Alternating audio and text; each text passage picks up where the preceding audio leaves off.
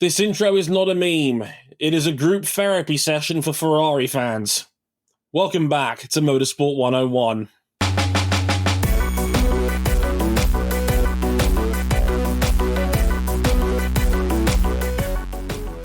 Hello, everybody. Welcome to episode 607 of Motorsport 101. I'm your friendly neighborhood host, Trey Harrison. Glad you could join us. And this is actually one of the quietest weeks we'll have on this podcast channel this week. It's just the one episode for the week.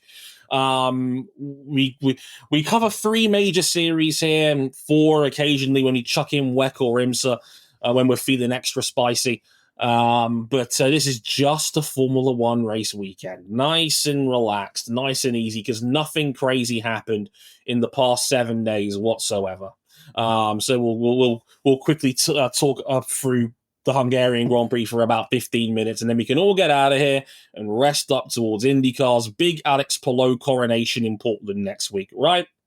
Yes, this week will be entirely free from any mentions of that damn Spaniard. Either flavor. Either flavor. Like, we got a whole week off from Spanish domination. We'll figure the rest out later. First and foremost, of course, introducing the rest of our esteemed guests, as you probably just heard. Cam Buckley is here. Hello, Cam. Hello, everyone. I'm putting together a crowdfunding campaign to get Charles Leclerc some help, because his team isn't going to do it for him, now is he? That's going to need a lot of zeros on that GoFundMe. Oh, boy. That's when you just think of these, like, money-tight, small-budget, mom-and-pop race teams, you, of course, think of Scuderia Ferrari. Of course. Yeah, they're just, living hand to mouth and making ends meet as you do. That's RJ O'Connell. Glad you could join us as always. And, annoyingly, I've got to be mildly serious for the next couple of minutes because, we talk about our personal stuff here on this pod every once in a while, and this is one of those occasions. We did put up, obviously, our Belgian Grand Prix and IndyCar reviews from last week up, but this is the first time I've actually sat down to drop a recording since the annoyingly sad personal news that I've since worked my last day at the Motorsport Network. I would just like to take this platform and take a couple of minutes just to say thank you to everybody for all the kind words and well wishes and support. It really genuinely does mean the world. I make no bones about it. I never thought in all the nearly 33 years I've been on this planet that I would ever end up actually working for the network that I took the piss out of many a time on this podcast platform. Believe me. And at least you can look at it this way. The good news is the Autosport Top 50 will be back this year. So that's a plus, right? That is really what y'all are here for. Of course. That is the most important media coverage of our time. Yeah, and for those who don't know, as a genuine fun fact, their editor-in-chief, Mr. Kevin Turner, was actually listening to the podcasts that we were mocking the top 50 that he was orchestrating year on year. I know Kevin's listening to this because I know he does listen to Motorsport 101, and sincerely, I just want to take a quick moment to thank Kevin because me and him worked so hard on so many of the podcasts that the network put out. We split into the F1, Retro, National, and Racing channels. And Kev was a genuine joy and pleasure to work with. He really did genuinely care about using the brand and using the incredible amount of resources that the network has to its full effect. And it was a genuine privilege to be able to work with him, as well as my line manager, Jason Swales, who and the immense video team that I was able to run along with immensely talented people. Jason Swales, Ben Holmes, Charlotte Griffiths, Matt Fiveash, my video team that I was able to work with were incredible. The editorial team, some of them you've probably read without even realizing, Philip Clear and Jake Boxall-Legg, Stuart Codlin, all just immense journalists, and they all bust their ass, and they've had to bust their ass even harder than usual. It's been a difficult year for everybody in the industry, and look, I'm not angry or bitter against them. These are businesses, they make business decisions. I'm just gutted that I can't be there anymore, and I genuinely did love being there. People have offered to say how they can help. Look, I'm never going to say, give me money or go on our Patreon or whatever. I have had the luxury of being able to work in a very privileged sort of job and industry. Not very many people can say they can genuinely work in motorsport. I would be being incredibly selfish and not being a very realistic person if I was going to say, go subscribe to our Patreon if you want to support me and my work. No. There are far more important and needy people in the world that need that money. Go find a Gaza family along those lines. Go donate that money to them. They need it. I'm just out of work for a little bit. And I mean that sincerely. Like, please do not do that just thinking, hey, Dre's now broke. You've got to give us Patreon money to support the show. No. I'm blessed to be in a position where the Patreon can keep the show going on its own. So please do not feel like to support me, that's the best thing you can do. The best thing you can do is put my word out there. You know, keep talking, keep listening to M101, keep telling people it's a pod worth listening to. If you really think I deserve to work in motorsport somewhere full-time, tell someone who can hire me that they might be able to do that. You know, that's the best thing you can do for me personally right now. Don't feel like you've got to support M101 just, you know, thinking that the show might go away because I'm out of work. That is not the case. Please donate that money to people that are more important than me. That is a Dre Harrison demand. Okay? The show's not going anywhere. That is a promise. And we're going to keep going because that's what we've always done. When I was at WTF1, that didn't change. When I was at the Motorsport Network, that didn't change. But sincerely, thank you for all the well wishes, concern, and support. It really does mean a lot. And I owe it to you, the wonderful M101 audience, that even in difficult times, we're going to try and find ways to entertain you. And that's what I promise and pledge to keep doing. And I'm very privileged and blessed to be able to do that with these two motherfuckers. So let's talk about the Hungarian Grand Prix for a little bit and stop this pity party for a second. But we'll be talking about that. We'll be talking about how McLaren tried very hard not to win this race, but ended up getting a gift from Charles Leclerc. Yeah, this was a weird Hungarian Grand Prix. We'll talk about it in a little bit. And yeah, we weren't joking in the intro. This really is a therapy session. Pull up. There will be tears as we talk about yet another Honsin. Really It's been a while. are the Dallas Cowboys of the Formula One World Championship. By the way, Dre, that was one of the tamest, like, just showed up at a new wrestling promotion work shoot promos that I've heard in a hot minute. There's no like, they never gave me a chance to grab the brass ring. There's no, they held me down this whole time. There's no, please don't. It was incredibly reserved. There's no, please don't ask about the 44 mentions in the well. I'm not Seth Rollins. Both my knees are fully functional. That I can promise you. Brock Lesnar is not walking through that door. I promise you we're good. So we'll talk all about that and the Hungarian Grand Prix and much, much more over the next 45 minutes or so. But places you can find us. Of course, we're on youtube.com/motorsport101. We're on facebook.com/motorsport101. We're on Twitter at motorsport_101. If you want to follow us down personally, you can on Blue Sky as well. Dre Harrison, RJ O'Connell, and cpup917.bsky.social. You can follow us on Instagram at motorsport101pod. You can follow us on TikTok at m101_podcast. Our website is at motorsport101.com. You can check that out to read written reviews of all of our content, including, of course, this past Hungarian Grand Prix that we've just had. Ask Dre will also be out in the next couple of days if you're into that sort of thing.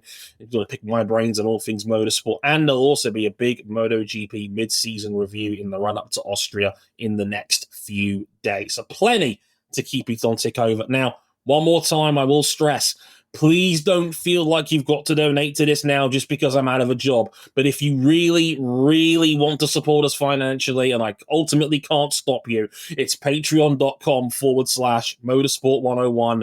You can get early access to all of our shows for $5 at a time, and that's per month. You can upgrade to $10 to listen to these episodes live as they're being recorded, as Jason is doing so right now. Thank you very much for the support. especially during times like now. It is your support that keeps this podcast going, even in times like this. So sincerely, thank you. But one more time, please do not feel like you have to do this right now. Okay?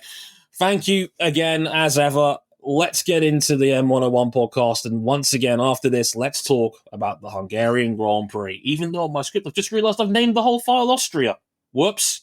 Boy, that's got real interesting connotations for figments of early 20th century history. Yo, it's the Austro-Hungarian Grand Prix. Good job, Dre.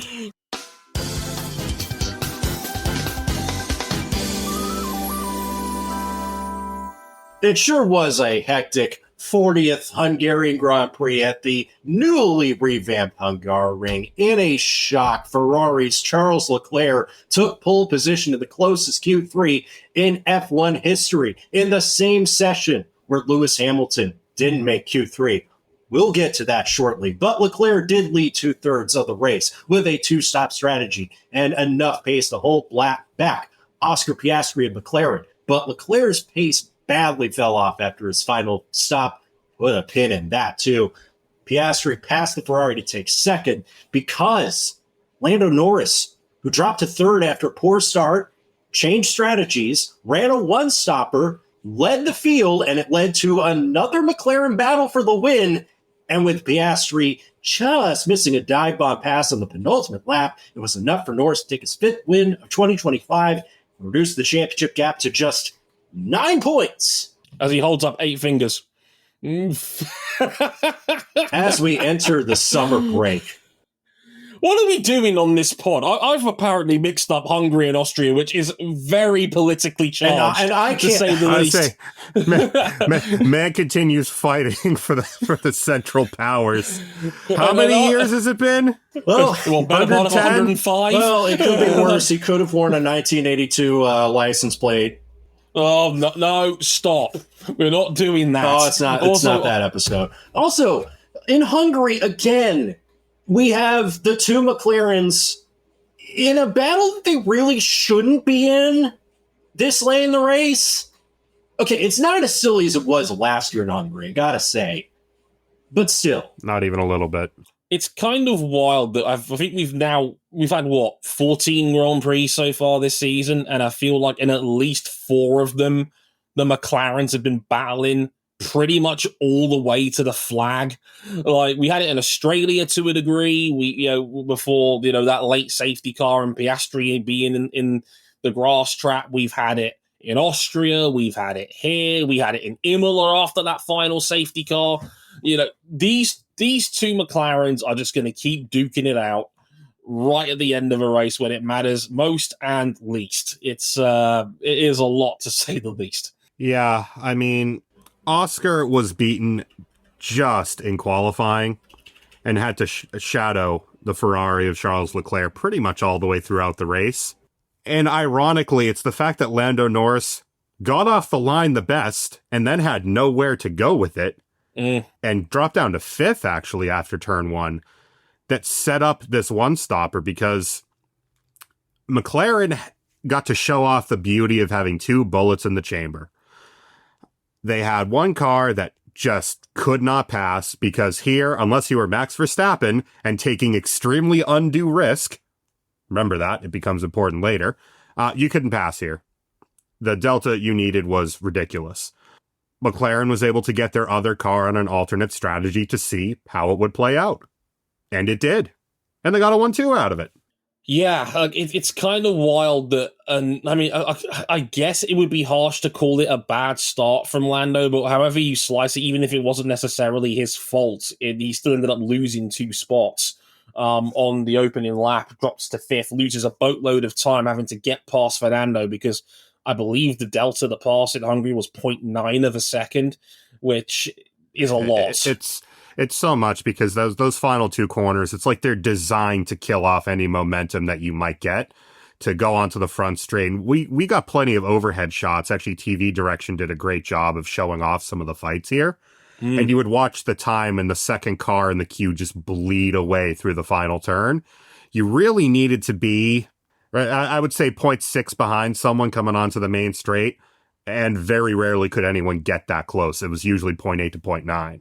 Yeah, like you would lose 2 tenths running through those last 2 corners trying to follow the dirty air or another car, and by that point, the gap's at 0.7, 0.8, and you can't pass anybody going that far back. Hungary straight is just not long enough to set that pass up without taking a hellacious amount of risk in order to do it. And yeah, like, a lot of McLaren fans were quite cynical after this race and were very quick, including my own brother, ironically, funnily enough, who's a big Oscar Piastri fan and had to try and drop the barrel of salt that McLaren was favouring Piastri or favouring Norris on strategy. And look, first of all, both sides of the garage are in competition with each other. We need to point this out. It's being able to change strategy on the fly is a key part of racing. And let's be frank, McLaren's not had a good reputation of being able to do that in recent years. They've had many a sloppy weekend when it comes to managing their drivers. Let's not forget, Dre, like the fact that they had 2 bullets in the chamber to play with here is something that so often wasn't the case for them enough last year, when they did have a car to take it to Max and Red Bull. But Lando was often fighting with one hand tied behind his back because for the most part, he was kind of alone in that fight. Oscar was very up and down last year. And the one time they did have that chance, they raced each other so hard in Monza that Leclerc stole both of their lunch money. Yeah, I was going to make that exact point about Monza. They were too busy dealing with themselves. They didn't ever consider that Charles Leclerc would run a one-stopper and win off it.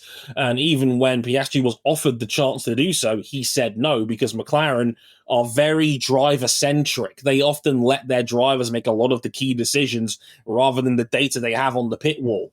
If you listen to a typical McLaren race in the last couple of years, you will get those radio messages where either Tom Stollard, who is Oscar's race engineer, or Will Joseph, who is Lando's race engineer, they'll have a conversation about, we think this tire is good enough to go to the end. What do you think? And you'll get at least 2 or 3 of those every Grand Prix. There's nothing inherently wrong with that. Only the driver really knows what's going on and how their car feels, regardless of what the data may or may not tell you. But I pointed this out, and I made a TikTok about this on our social media. Made a TikTok about this, folks. I made a TikTok about this. Welcome to Big 2025. Yeah, it's what a time to be alive. And I made the point that there was a clear radio message around, I think it was lap 18 or so, where Will Joseph is asking Lando Norris, we're thinking plan A -5. And then Lando says, yeah, do it. The tires are gone. And they don't do it. They change their mind. As far as I'm aware, the one-stopper was apparently plan D in McLaren's terminology. But they kept Norris out. And then about 10 laps later, they get the radio message of, we're thinking about using the hard tire and going to the end, Lando. What do you think? And then Lando says, sure, why not? Because he knows if he just echoes what Piastri and Leclerc has done, and which was come in really early and basically commit to the 2-stopper at that point, he's finishing the race at that point, probably in 3rd, given the pace of Leclerc early on and Piastri, who had a lot of track position similar to Charles early on in the race. So by changing their mind and then getting track position and having the car out in front once those second round of stop shakeout, he's now forced Piastri to have to pass him on track. And we all know that is no easy task in Hungary. And we've seen it before this season where Piastri has not been able to pass Lando on track straight up. Again, we saw it in Australia. We saw him try a chase down in Austria. It didn't work, and it didn't work again here. Lando Norris, changed the plan. Will Joseph went with a changed plan, and it worked out beautifully for them, because even if we don't take into account Leclerc's meltdown, they pincer movement their way into victory and ended up with a 1-2 finish. It was a brilliantly managed race by McLaren, even if it was by accident. I don't even think it was necessarily by accident, because if you're losing to one car and you've got both cars in play, you pincer move them. We watched Red Bull do this shit on a weekly basis back in the day. I am still not forgiving you for Japan 2013, but it worked. The days of prime Lotus Romain Grosjean. Good times. God, remember when Team Enstone knew how to do anything right ever? Remember when Romain Feels Grosjean? so long ago. Remember when Romain Grosjean could maintain steady employment even in the world of sports cars? Yes, rest in peace to the Lamborghini hypercar program. You died as you lived, barely here. I am sad to see it go, but geez, the way Lamborghinis run that program could be a podcast in and of itself. But look, like, McLaren were losing because in the cooler conditions on Sunday, Ferrari's tire wear up to a certain point was just as good as theirs. Leclerc, for the most part, had Piastri covered. We actually had a radio call early in the race that had Piastri start emptying the tank, cut a little bit into Charles's lead, and then Charles was able to counter that. They used their other car to pincer him. It worked. And we'll get to the Ferrari meltdown because, oh my God, Ferrari. Piastri probably finishes third. There's every chance because Piastri would still have to pass him on track. Yeah, and you just, the delta was too big before the ailment that befell Charles's car. I think McLaren judged this to perfection.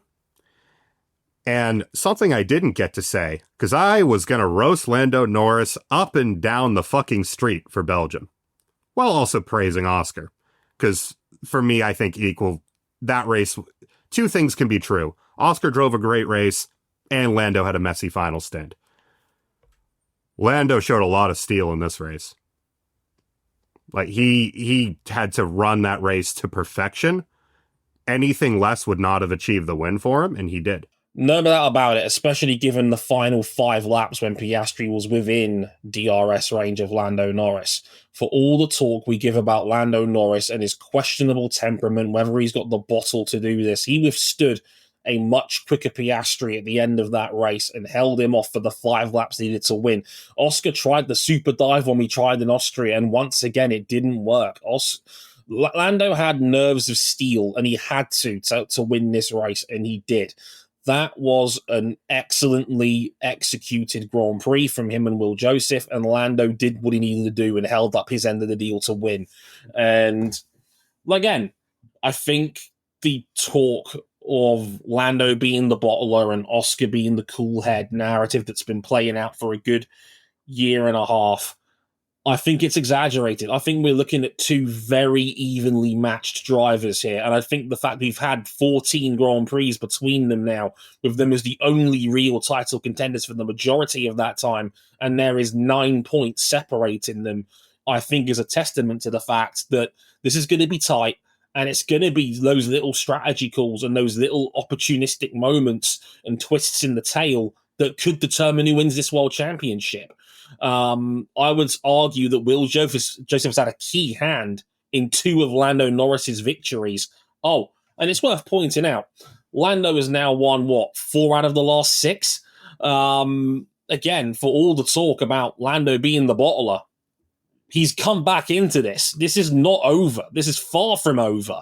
This is a real, genuine title fight. And in my opinion, between teammates, one of the closest I can ever remember.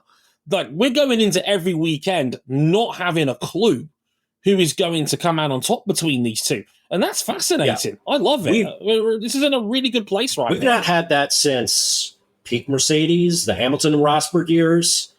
Before that, you got to go back to peak Red Bull, Vettel and Webber back in 2010, Hamilton and Button back in 2010, same time. Before that, you've got maybe, I don't know, 96 Williams. Hamilton and Alonso, 2007. Yeah, Prost and Senna and McLaren, those 2 years they were together. And look, we're kind of glad as neutral observers. I know there are people that can't stamp high domination in any flavor, but let's face it, McLaren's intra-team battle is giving us all the juice. And we're glad that they are, because we're not getting it from Red Bull this year. We're not getting it from Mercedes. And now I think it's time we talk about Ferrari. Because I mentioned that it was a frustrating weekend for Lewis Hamilton. We just mentioned that Charles Leclerc qualified on pole and did not win the race because it's been rough.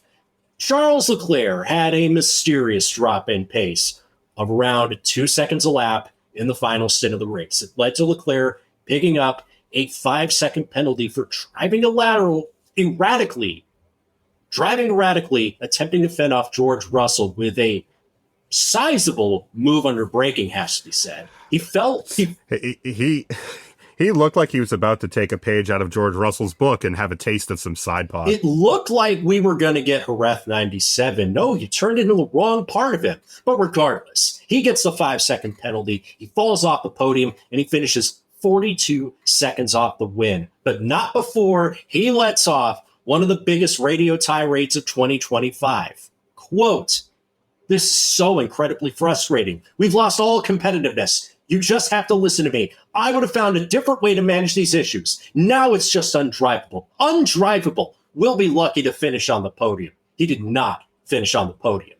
And then on top of that, Lewis Hamilton was eliminated in Q2. He finished 12th in the race. And after qualifying, he called himself useless.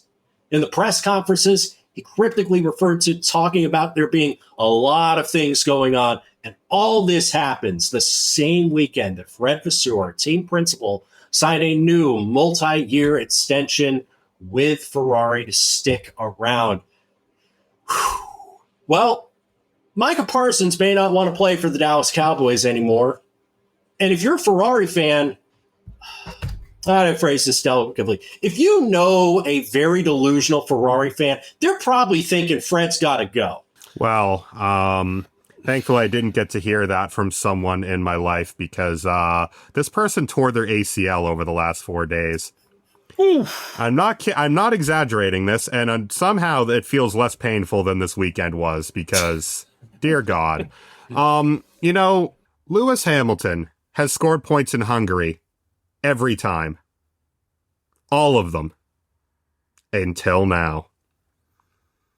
And he wishes that he could have had his race go as badly as Charles Leclerc. Dear God, this man needs some help. Quote from Hamilton after Saturday qualifying, "They probably need to change drivers." Now, obviously, kind of glad that they can't really, but and I don't think they're going to make that move. Because they're not going to change drivers. And they're not going to fire the CEO of Ferrari. So if they need to make a snap move, it's probably going to be tearing up Fred's extension and lighting it on fire and telling him to get out. They can't do that now. That would be a PR disaster. My first question mark here was, did you need to announce this now? What was the rush to tie Fred Vasseur down? I'm not necessarily saying he should be near the exit door, right? But it's hard to ignore the elephant in the room that Fred had an excellent start to his time at Ferrari, arguably should have won last year's Constructors' Championship. We've talked about it on this show before.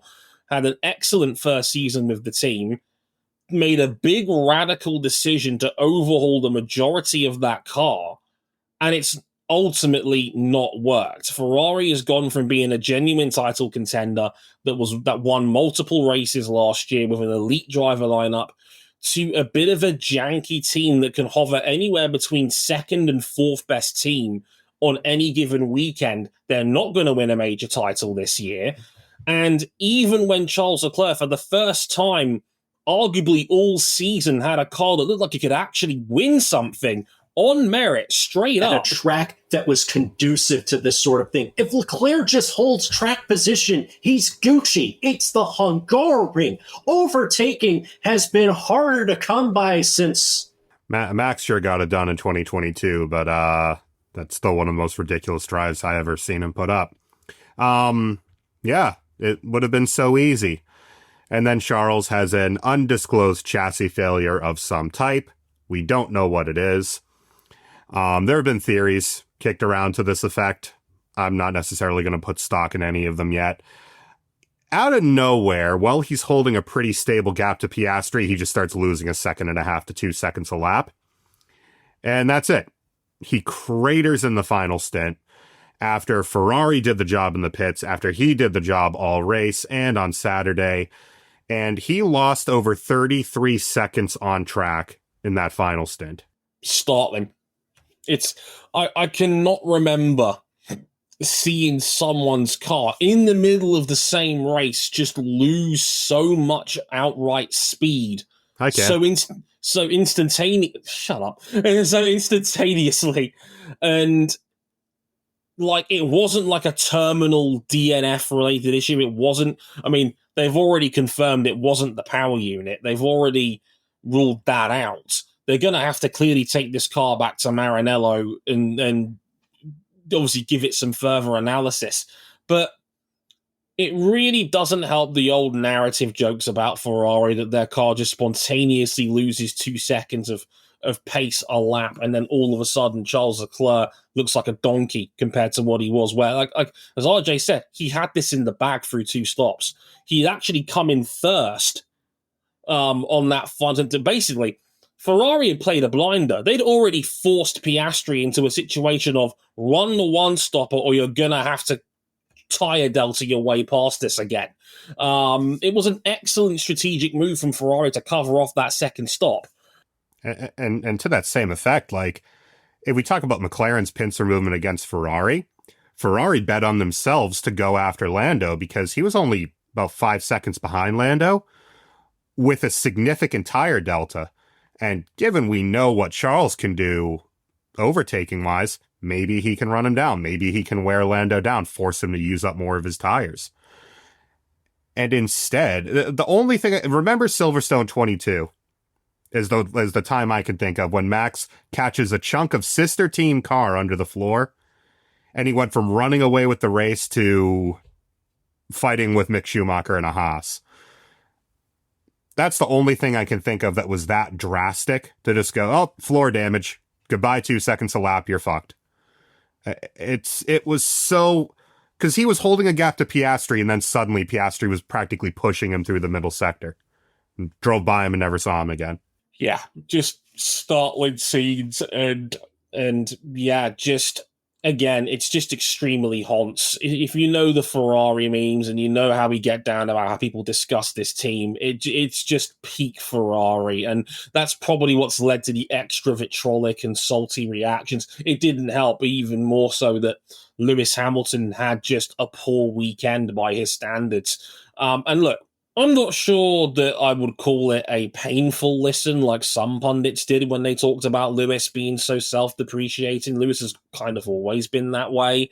And look, well, okay, I don't want to say always, because the reality is Lewis Hamilton has spent the majority of his years in Formula One in cars that were capable of at least winning a race or two, let alone this Ferrari, which has had no real indication of that until now.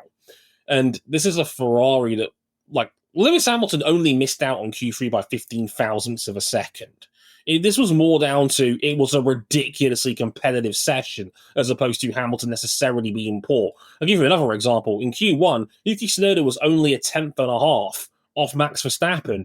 The closest ran him all qualifying, and then all of a sudden, Yuki's out because he's just below the cut line. It's just one of those unfortunate things.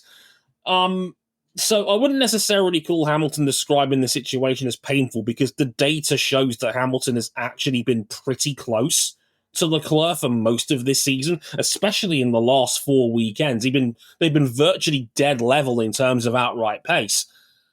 But I don't know. I don't know how much I want to read into Hamilton being cryptic about there's a lot going on. I'd love to hear some explanation as to why that is. Whether there's maybe some ghosts or some paranoia in his head thinking that the cars may be different or the setups are so radical, because the reality suggests Lewis is not actually that far behind Charles, but the results are now getting more and more drastic as a result, and I think that's got Hamilton spooked to a degree, and that's kind of weird to say about arguably the greatest racing driver of all time. Yeah. I don't know how you guys feel about it. I mean, it's a fair case to make that is Lewis Hamilton not gelling with these ground effect cars? There's a body of evidence, just like there's a body of evidence of, look, we know 2005 had other issues, but was that not the 1 year where Michael Schumacher couldn't use his greatest strength of breaking a 300-kilometer Formula One race down into 3 or 4 hyper-fast sprints on low fuel?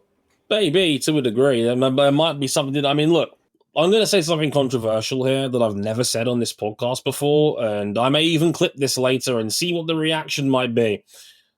I think Lewis probably should have retired at the end of 21. Okay, I'll hear you out. The reason why I say this is because, one, it would make the impact of Abu Dhabi hit that much harder if you end up ultimately driving Lewis out of the sport, whether or not he spiritually, morally, or actually did win world title number 8. But if you look at Lewis Hamilton since then, 2022, he was pound for pound trading blows with George Russell's first year in that Mercedes. 23 is the only season where I don't have any question marks about Lewis's year. We all know that was a dominant Max year. Lewis was the clear number 2 guy in the championship that year. 24, he's comprehensively outclassed by George. There's no getting around it. George was just better than him their last year at Mercedes. This year, he's walked into Leclerc's house, and while he's not being blown out by Charles by any stretch of the imagination, Leclerc has been comfortably the better man overall, whether it be qualifying, where I think he's 10-4 up overall head-to-head, and in race trim, where, again, Lewis is not a million miles on. I think it's about 2 to 3 tenths a lap right now overall on average. The problem is, Dre, is that 2 to 3 tenths might as well be an eternity in this edition of Formula One. 2 to 3 tenths is 5 or 6 places. And the problem is, I fully agree, and this is the point I was going to get to. One, there is a lot of convergence on the field now where this has been one of the closest Constructors' Championships I can remember in quite some time in terms of just top to bottom average pace. It's an incredibly close field right now where a bad day can now put you out of the points. It's happened to many a driver here so far this season. Max did it this weekend. George Russell was terrible at home at Silverstone. Charles Leclerc, same deal. Lewis has had a couple of these where he's just had a bad weekend, and if you have a bad weekend now, there are people that can punish you on this grid. There's no doubt about it. This was maybe the most questionable time in Lewis's career to change from Mercedes to Ferrari and start over as you enter your 5th decade of life. And we evaluate Lewis Hamilton in the context of major championships. We all were pushing for Lewis for this move to be the number 8 move. Do you want to get the number 8 title that's eluded you, that you were arguably screwed out of in 2021? The way this is going, if you can't beat Charles Leclerc over a season, forget it. It's not happening. And I think there may have to be a bit of a reassessment as to what Hamilton can be in a Ferrari at this stage in his career and against one of the best drivers in the world in Charles Leclerc right now. And I'm not sure his fan base and audience are ready for that. Well, they're not. That's an easy answer. But I'll make a MotoGP comparison because I got to hear kind of outside our own circle where we all just worship Marc Marquez. Yeah. Sure. All the haters are absolutely right. There was so much talk going into this season from outside about Pecco is more measured. Pecco is more... He is a more thinking man's rider. He's more precise when in fights with people. And my counter to that was always just, yeah, but what are you going to do if Marquez is just faster? And there is only one person that I can comfortably say I think would be faster than Charles Leclerc in the same machinery. And it'd be Max Verstappen, who is committed to the Red Bull hot mess until further notice, by the way. That's now dead. Mercedes, you can't have him. We can't have any silly season intrigue. That's done and dusted. At the end of the day, Charles Leclerc is just plain fast. He's been too fast for everyone who's been put up against him. The only person who held any kind of candle to him was their first year together with Seb in 2019, where the final points gap probably looks worse on Seb than it actually was. But from there forward, Leclerc has just smoked everyone next to him, to some varying degree.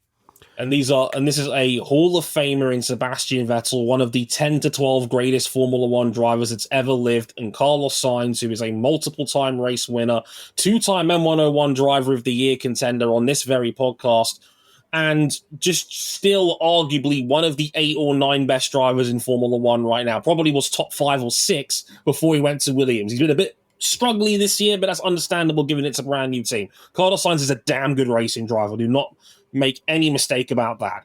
Charles Leclerc punched his lights out. Yeah.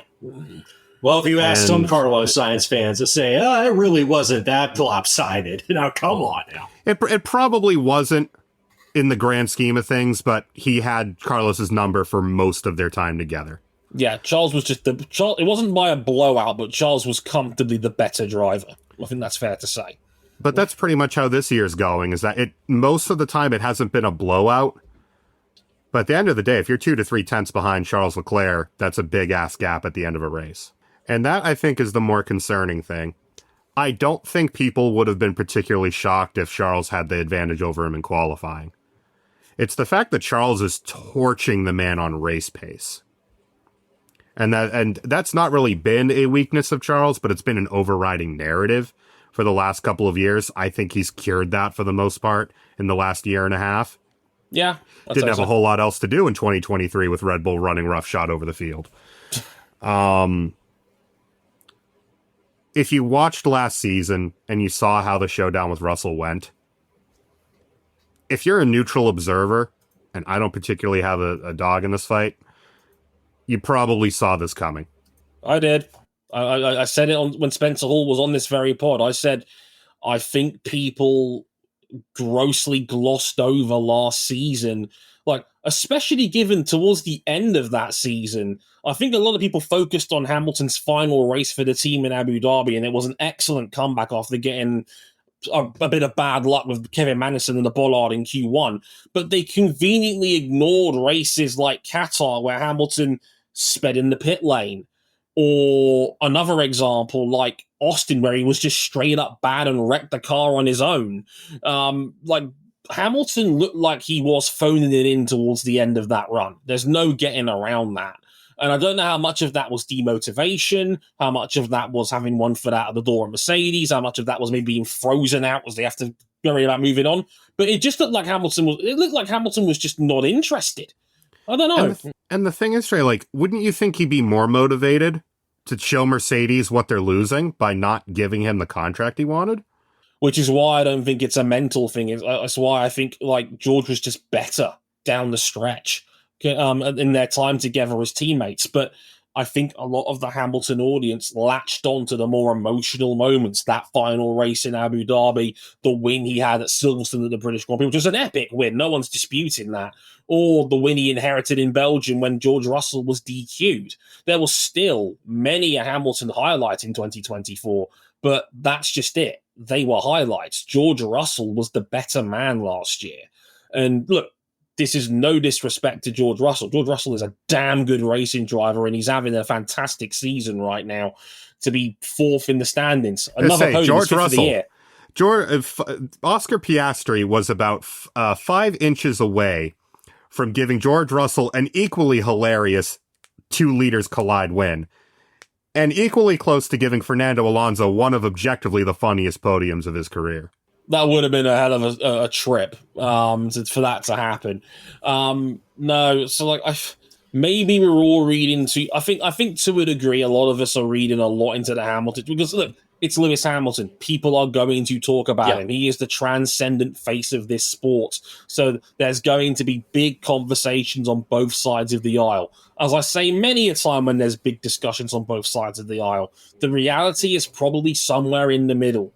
But if you're evaluating Lewis Hamilton like I think you should, which is in the context of I'm going for a world championship in a car that we thought going into the season was going to be a contender for a championship, this is a disappointment. There is no getting around that for me at this point. We've had 14 rounds. That's a big enough sample size. Well, you see, Dre, the mistake in the first place was picking Ferrari. I could have told you that one for free. Exactly. And you know, right? They're not going to get rid of Lewis Hamilton. They're not going to fire him. No, of course not. So you know what they're going to do. is they're going to make a change at the top of the management at the team. Then maybe they change the technical director. I'm not completely convinced of that fact. Right.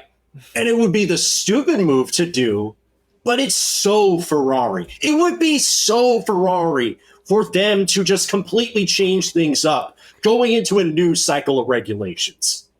I'm going to be completely real with you for a minute. Andrew. I am concerned that Ferrari clears the decks at the end of 26. Let's say they're the clear third or fourth best team when the new regulations hit next year, and they're nowhere near title contenders, similar to where they are this year. Where, okay, if 2014 happens again. If that happens, do they get rid of Fred? Does Lewis just say, you know what, I'm calling it a day because that was the 3-year plan done and dusted? I'm worried that everyone involved, Charles included too, just gets the boot, and it's full-blown Game of Thrones inside that team.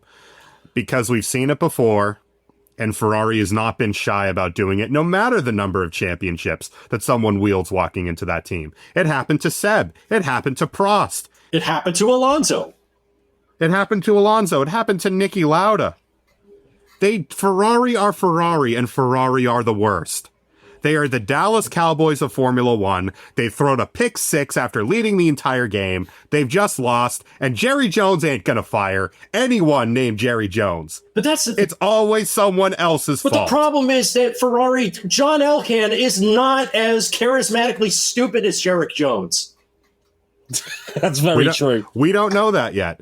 Because past Ferrari management has been. Yeah, Luca Di Montezemolo was a different animal entirely. We haven't seen John Elkann go through blowing an entire new set of regulations day one, like they did in 2014. Because, 3 team principles in the space of... Remember Marco Mattiacci? 9 months? Oh. No one does. He is currently buried under Maranello. That's right. So what do? You bring in Arriva Bene, you fire him, you get that new manager bump with Binotto, then things tail off, and you fire him, you get that new manager bump with Frank Vasseur, then things tail off, and then cycle repeats ad infinitum until maybe you break the cycle. You know what Michael Schumacher had to do to break the cycle? Just bring in his guys. Just turn them into Red Benetton. Yeah. How many of his dudes did he bring over to make that Ferrari work? Everyone who mattered. Yeah. I was going to say, this is, it's been a perpetual cycle of cleaning up mess at Ferrari on and off for the last 17 years since they last won a major championship. And it's going to be 18 because they're not winning anything this year worth a damn. Nope. And it's those sorts of weekends from Ferrari that will put pressure on Fred Vasseur, even if he doesn't deserve it. Because I've said, we think we're all in agreement here that Fred is nowhere near firing range yet. He is not the problem with this team. Yeah, absolutely not. And we all know that in good faith. However, it's a bit like Formula One is now a lot like football, where now the team principal gets chopped more often than ever if shit goes wrong. Look at it this way. Besides Toto Wolff at Mercedes, no team principal on this grid has been in their current position longer than 2023. Let's remember for ourselves, Christian Horner was not fired due to the scandal. He was fired because the Austrian side of the team got control. The Thai side of the team lost their 2%. And since then, Helmut Marko and Mintzlaff have literally been parading around in front of employees loyal to Horner. Oh, that sucks now, don't it? Christian Horner, who we thought was one of the most untouchable people in this paddock and who survived a major sexting scandal. Yeah, he was not untouchable. And that's my thing. It's just we know Fred Vasseur is not the problem, but does delusional, terminally online Tifosi fan who is going through every Formula One race weekend wondering if this is their 13th reason, are they going to give Fred Vasseur that same benefit of the doubt? You tell me. No, and that's why racing fans, thank God for all of us, don't run the racing teams. And it ain't going to happen to Toto Wolff either because he owns a third of that team. Right. Unless he steps down himself, no one is firing him. Like, and that man's won, 15 world titles? Like, he's one of the greatest team principals in Formula One history, no matter how you slice it. We asked this similar question when it came to Joseph Newgarden struggling for an IndyCar. Just like, yeah, this is the guy that you should be replacing and not Will Power. Okay, but who are your replacement options? And if your main answer is anything other than, I don't know, somebody else want to be better, you don't have a clear-cut answer. The internet is not prepared for the Christian Horner Lewis Hamilton team. No, because he's got to go form the Axis of Evil with Flavio Briatore at Alpine. Good luck with that. Because that's just it. If you are talking about replacement options, it's obvious. Number one with a bullet is Christian Horner. Like, if you're weighing this up purely on his ability to run a team and the success that's come with it, Christian Horner is by a country mile the favorite. Yeah, the optics will Ferrari be rancid. would never, ever, in a trillion years, give him the control he'd need. Yeah. He would get there, he would try to exert his will, and Ferrari management would kick his ass out before he could enact any real change. Because the whole reason why the Ross Brawn, Jean Todt, Luca de Montezemolo combination worked, the Rory Byrne era, those four together said, hey, if one of us goes, we all go. And they sealed themselves from Ferrari's management, and eventually Ferrari's management won and broke that up. And within 3 years, the Ferrari that brought the entire world to heel, the empire of evil in the early 2000s, that was dead by the end of 2008. Red Bull Christian Horner walking in the team as a fresh-faced 30-something into a team that basically just needed an identity is not going to be the same as 50-something Christian Horner walking into Ferrari, who is very proud to a fault about what they are and what they expect to be. That's why I think that man is just going to, I don't know, collect checks as like a TV pundit or a podcaster before he ever gets back in the game. And if he does get back in the game, it's probably going to be an Alpine. It's probably going to be working side by side with Briatore. And it's probably going to be on an ownership stake. Yeah, and that ain't happened with Ferrari. Let's clean up the rest of the news before we get out of here for F1 summer break. Max Verstappen, we've barely talked about him in this podcast. He had a very quiet race by his standards in terms of outright results. I don't know if quiet's the word. Well, position-wise, it was certainly quiet because he spent the majority of this race running in fifth, mostly because he had a poor qualifying session. I'll give him this. He was the only one who was being able to make that car pass people at the goddamn Sector 2 chicane, which was crazy. Merciless. Merciless to a fault. I mean, Max is going to find... He was making shapes around this track trying to get around people. Unfortunately, much to the Iowa IndyCar problem, the first 4 or 5 laps come off the tires, and then you weren't passing anybody. Red Bull tried a very, very odd strategy, pitted him early, and it just ended up keeping him in the dirty air train pretty much all day. They actually would have been better off, rather than doing that final stop that they did. They would have just been better off leaving him out there. Yeah, they didn't commit enough to the one stop. Because Max was one of the first to come in. I think it was around lap 17, so he'd had to have run 53 laps on a hard compound tire, and that was just not feasible. So they basically committed to the two-stopper early on when one was clearly the play. Because if you look at all the midfielders in that race, they all ran one-stop races. That was the strategy that was worth running, which, to be fair, even Pirelli didn't think the one-stopper was the play, but it turns out the tyre wear was actually better than expected. And it was much cooler, and that's what led to better tyre wear. And as a direct result, a lot of the midfield who ran one-stoppers, Fernando Alonso in P5, Gabriel Bortoleto, who was sensational in P6. Bortoleto in P6, man. Lance Stroll continue to eat good. Stroll in P7. They all ran one-stoppers, and they all reaped the rewards for it. Gabriel Bortoleto, who, by the way, has now scored points in 3 of his last 4 races and now has a P6 finish. That boy nice. That boy, nice. My driver of the day. Gabriel Bortoletto now has Sauber knocking on. I know Aston Martin just overtook them, but like he's keeping them close. Aston had their best day of the year. Yeah. Aston had by far their best day. Did they understand an upgrade package? I know it took them a while, but did they do it? Or is this just... Well, they had a good one. They had a good one a couple races ago, and it wasn't too bad. And then they brought a major upgrade for Spa, and they were fucking horrible. Maybe this was just they were bringing that upgrade package for Hungary, but then they forgot, oh yeah, Belgium's before Hungary, not after.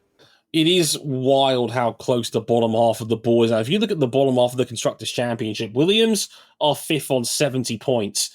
But they've been outscored in the last 6 weekends by a bunch of the teams below them, and they're starting to close them in. Aston Martin's now 6th on 52, as RJ alluded to. Their best weekend of the year, 16 points from Aston Martin to put them now into P6. They're 1 point ahead of Kick Sauber on 51, who, again, great weekend for Bortoletto, scoring 8 points in P6, but they ended up still getting passed by Aston Martin. Racing Bulls, who, again, not bad. Liam Lawson was 8th, a very nice 4 points for Racing Bulls.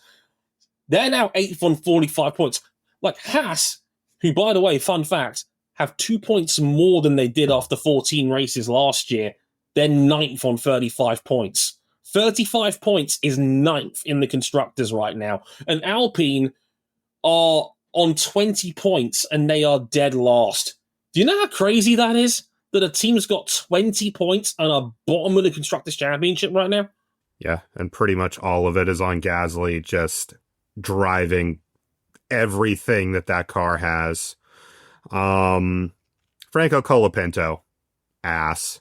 Franco Colapinto, where did you go? And it didn't help that they had a tyre test with Alpine after the weekend was over, and Colapinto wrote off a car there too. You think he's the guy that's going great? I think he is the guy that, among others, needs a summer break right now. Maybe Haas needs a summer break because it's not been a good stretch for them. Obviously, if you're Ferrari, you just need a summer break. You need weeks off from watching this crap.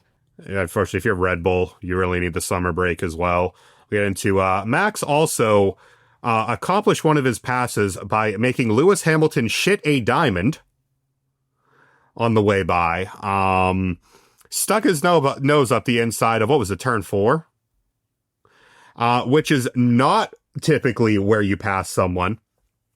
And effectively, Lewis saw this happening, said, I choose life, and got the fuck out of the corner. This was later not penalized to much splitting of the room. Yeah, generally speaking, ultimately, there's nothing in the book to ding him with. Because you can't argue that he forced another driver off the road when the other party openly admits that they went off the track to avoid action or avoid contact. At that point, you can't say he was forced because the other guys admitted that he went off himself. You didn't cause a collision because there was no contact, and you can't really say he was driving erratically because Verstappen made the corner. So by the letter of the law, there's nothing to ding Verstappen with. And I love that the stewards in the document described it as ambitious, because it certainly was. I like how Lewis was so done with this entire weekend that he did not bother to show up. He had a team representative actually go in his place and basically said, yeah, bailed out of the corner. So at that point, you can't punish him with anything because there's nothing to ding him with in the rule book. Like all the normal driver stuff, we concern ourselves with penalties. Verstappen doesn't meet the criteria of any of them. If he initiated contact, then there would have been an argument he forced Hamilton off, but Hamilton admitted he went off himself. So do I like it? No, I think it's another one of those sneaky Verstappen tactics to spook somebody off the track. He's done it to Hamilton before. 2021's a prime example of that with tracks like Imola in Spain. Well, that was contact. That was contact. And again, that was put down as a lap 1 incident. But under the letter of the law, you can't ding him for it. So I guess that's that. I think Yuki Tsunoda should use a summer break to force a promotion back to Racing Bulls. Unironically, given Liam Lawson actually beat Max with that Max's disastrous strategy. Got to him, couldn't pass him. Liam Lawson, low key, not bad the last 2 months. He's driving like the 4 or 5-star prospect we were all hoping he'd be. Again, points in 3 of the last 4 races, including a 6th and 2 8th places. That's really good work from Liam Lawson. That's the sign of a driver that might be getting his confidence back, which is what he needs. And this is exactly why Lawson was chanced on in the first place. That's why. So good to see that Lawson's back to something near his best. Yeah, it's frustrating, actually. Yuki did not have too bad a weekend in terms of pace, but that gap between Max and himself was enough to KO his weekend with all the traffic.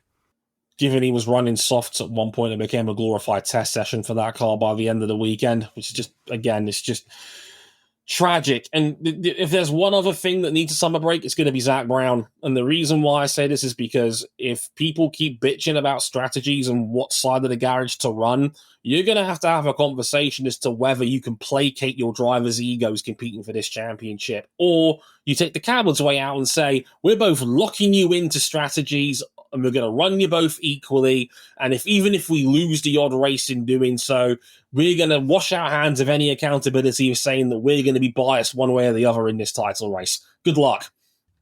I don't like Zach Brown's McLaren, mainly because I don't like Zach Brown.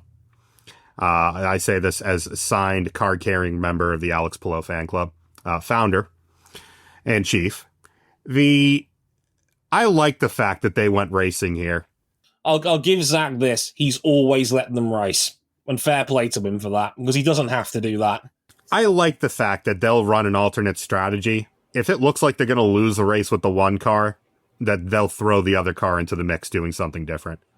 It's how That's how it should be. It's how I'd like to run a racing team if I was in Zach's position. I can't even argue with that. That's good. And what's going to happen? What are they going to lose the Constructors' Championship? Fucking chance. Oh, oopsie. Well, there's still time for some corporate espionage stories to come creeping up here in the next few races. Oh boy, we're going to switch it around and we're going to start peeling red paint off the Ferrari and its papaya underneath. That'd be the best thing to happen to Ferrari in the last 10 years. They wish they were that good. No kidding. That'll just about do it for this episode of Motorsport 101. We are back next week for what is probably going to be Alex Palou's title coronation in Portland. Title coronation. Now with a little bit of an it's not like he has an average finish of 4 at Portland. Is that good? Yeah. It's low by his standards. Now with more investment from one of America's biggest sport television networks. Yes, Fox has bought a third of IndyCar. That's going to be something worth talking about on next week's show, let me tell you. But until then, please, you know where you can find us. Until next week, I've been Dre Harrison. They've been RJ O'Connell and Cameron Buckley. We'll see you for Alex Palou's coronation on next week's podcast. Until then, sayonara. Later, y'all.